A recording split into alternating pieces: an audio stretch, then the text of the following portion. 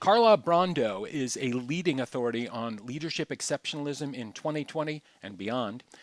Through speaking engagements, executive retreats, training, and coaching, she helps managers become more charismatic leaders. Her book, How to Earn the Gift of Discretionary Effort, very cool title, coaches leaders on implementing discretionary effort initiatives that improve the organic engagement of employees, eliminating the need for numerous engagement programs. Her signature program, Leaders They Love, moves employees from minimal effort to amazing contributions.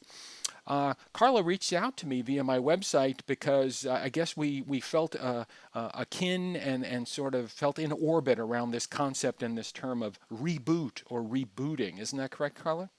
Absolutely, yes. There's been so much disruption in our world, and it's just like people are wondering what in the world's happening to us. And so it takes a total reboot. And I believe in that because, people are working from home. They've got kids, perhaps, you don't know what situation they're in. And then they're at the office, and then they're in these video meetings, and they don't know when their day's starting. They don't know when it's ending. And so it's up to managers to kind of reboot the productivity. Hmm. And, And and and how do they do that? What's your suggestion for rebooting productivity?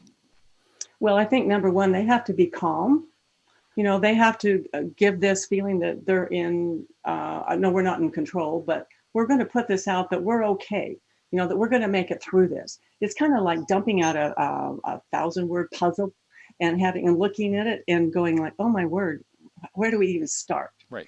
What I would recommend to managers is that they start going back to the vision, the values, and what is the base, the mission of their company, Hmm. and that they bring that forth to their employees again and say, this is where we are, this is where we're going, Hmm. and this is what we have to do to get that.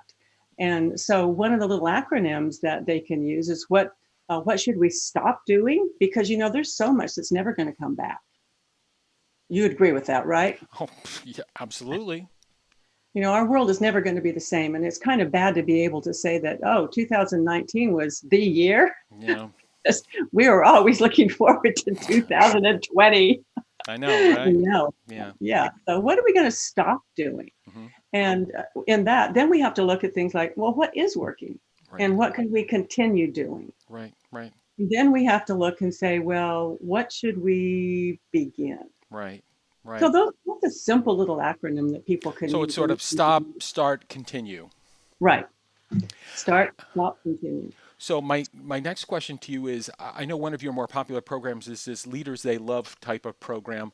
I've spoken to a whole bunch of people about what leaders and managers should do and stuff like that. If we could just flip it a little bit and talk about what should followers or team members be doing right now? How should they be applying themselves and working through this moment? That's a very interesting question, and I have several tips for them. Number one, I think they need to be a little more patient with the company, but they also need to be trying to be innovating themselves. They need to be able to say, I looked at this way and I have this thought about it. Can we maybe implement this or can we try this?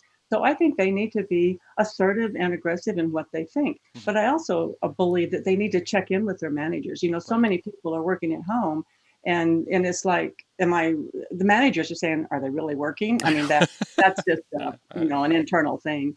But so if I'm a team member, I'm going to check in with my manager, Right. and I'm going to say, hey, this is where I am on the project, and this is where we're going, right? And then another wonderful tip that I give them is that they have to align. And see, leaders have to have this alignment, or I call it rational alignment, Hmm. and so do the team members. Hmm. So the leaders that they love are going to rationally align, or in other words, they're going to talk about the goals and where we're going and Right. reboot it that way. And then the team member has the responsibility to Right. say, I can support this. Yeah. Yep. And I know this is a pretty bad time, Yep. but we can make it through this because we have made it through a lot of crises Sure. in our world together. Right. And I think that's what's important is that they have that feeling that we can do things together. But right, but it starts with them owning it. It starts with Yeah. them, yeah. My final question to you, Karla, is the question I ask everybody, which is, what lessons have we learned from all of these, from this moment of high flux, this craziness here? What lessons have we learned that we must not forget? I think we have to be creative. And we've seen so many people, so many of the restaurants during this time that have taken, this, we can't do this anymore, Hmm. but what can we begin? Right. And in fact, that's what makes America so wonderful, is that we're creative and we find problems and we solve them. Right. And I think that's very, very important for us. And another idea for you is that our life, or you might say what's happening to us, is like plateaus. I used to think of it as mountains and valleys, but I Sure. don't like that concept anymore because valleys go down. Yeah. But if we think of plateaus, I'm sitting here on this plateau now and we are wondering where we're going. Mhm. And we have to have one foot in the, you might say, one foot in the present and one foot in the future. Right. Because if we start planning, we have plan A, plan B, plan C, then we can choose the door that opens to us. That would be my advice. That's excellent. It was so nice to meet you. Thanks for reaching out online, and I look forward to talking to you again in the future.